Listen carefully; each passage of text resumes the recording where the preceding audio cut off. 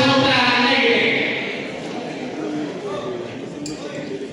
ಅದನ್ನ ಕೆಲವು ರಾಜ್ಯಗಳು ಒಪ್ಪಿಕೊಂಡಿದ್ದಾರೆ, ಇನ್ನು ಕೆಲವು ರಾಜ್ಯಗಳು ಒಪ್ಪಿಕೊಂಡಿಲ್ಲ.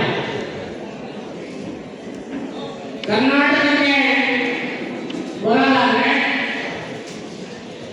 ನಾವು ಕನ್ನಡವನ್ನು ಉಳಿಸ್ಕೊಳ್ಳಬೇಕು ಅನ್ನೋದಾದ್ರೆ, ನಮ್ಮ ಮಕ್ಕಳಿಗೆ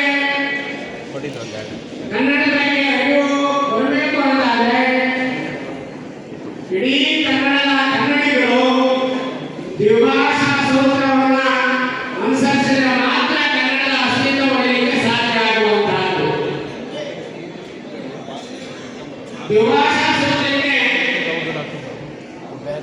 ನಾವೆಲ್ಲರೂ ಕೂಡ ಹೋರಾಟವನ್ನು ಮಾಡಬೇಕಾದಂತ ಸಂದರ್ಭ ಇದೆ. ಯಾಕೆ ಎಲ್ಲ ನೀರು ಸಾಹಿತಿಗಳು, ಲೇಖಕರು, ಕವಿಗಳು ಹಾಗೆ ಹೋಗಿರುವಂತಹ ಈ ನಾಡಿನಲ್ಲಿ ನಾವು ಎಷ್ಟೊಂದಿಗೆ ಕನ್ನಡದ ಅಸ್ತಿತ್ವವನ್ನು ಉಳಿಸಿಕೊಂಡಿದ್ದೀವಿ ಎಂಬುದಾದ್ರೆ ಒಬ್ಬ ಕವಿ ಒಂದು ಕವನದಲ್ಲಿ ಮಾತನ್ನು ಹೇಳಿದ್ದಾರೆ. ಹೇಳಪ್ಪ.